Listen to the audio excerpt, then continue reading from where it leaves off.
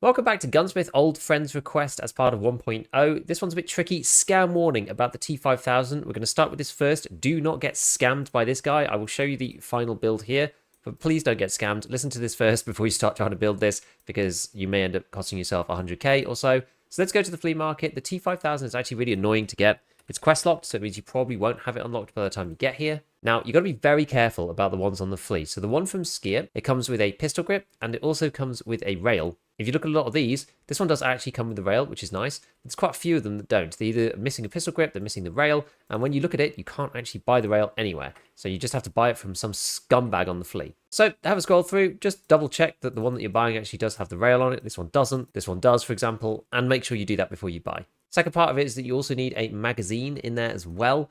Mag needs to be in the gun, otherwise it won't work. And you can buy these from Skier 3, but if you're not Skier 3, you probably won't be able to buy one at all because they're just not on the flea market. With that health warning out of the way, let's go and edit one of these fairly sensible versions with the rail, the magazine, and the grip. And the actual build for this is very straightforward. You can use any suppressor that you like. I ended up using this one, the Gemtech 1 direct thread mount adapter. And on top of that, the Gemtech 1, because although you can't technically buy this suppressor sucks and it's one of the worst in the game, so they're usually really cheap. If that one's not available, you can use any combination of the others. The Thunderbeast that goes on the top of the Thunderbeast Arms 30 CB muzzle brake's not a bad one. Alternatively, the AAC Blackout one is also kind of okay. These suppressors are normally not too expensive. We then need to put on a bipod. This comes from Skier 2 and is under here, the SBRM bipod from Harris. You put that on there. And now we need to put an attacker scope on top of here. So what I would do, I used this guy here, which is the Recknagel 34 Milwing Scope Man. It's going to depend what access you have as to which one's going to be the best. So what I would do is I would look up an attacker itself and do a linked search on it, and then just buy the cheapest one. It's not going to make any difference to the build because you just need to get it on there. But for me, it was this one because I'm not quite at Jaeger level 4 yet. And then we have to put the attacker inside it. So the attacker can be bought on the flea market. There's also purchase at Jaeger level 4, and there's a barter, which is probably quite good value actually. 2 magnets, a UV lamp, and a power bank,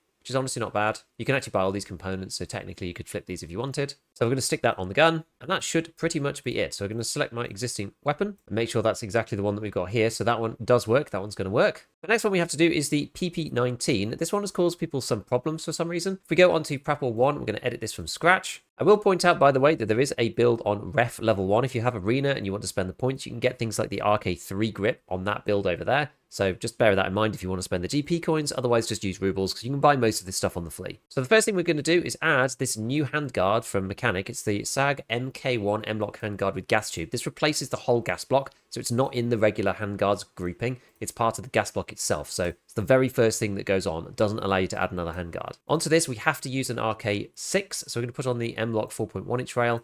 And onto that, we're going to add the RK6 here. Then we've got to do all sorts of shenanigans here. So on the top of this particular handguard, we can add this guy, the AMM, the Aimpoint Micro Standard Mount Adapter. And then on top of that, we put this thing, the AMSH, the Aimpoint Micro Spacer High. On top of that, we then stick the T1. This allows us to complete the requirements for having it on a riser. And it means we don't have to mess about with this back rail because that loses ergonomics. Then we're going to put on the two things that we need. M-Lock 2.5 inch rails will do just fine.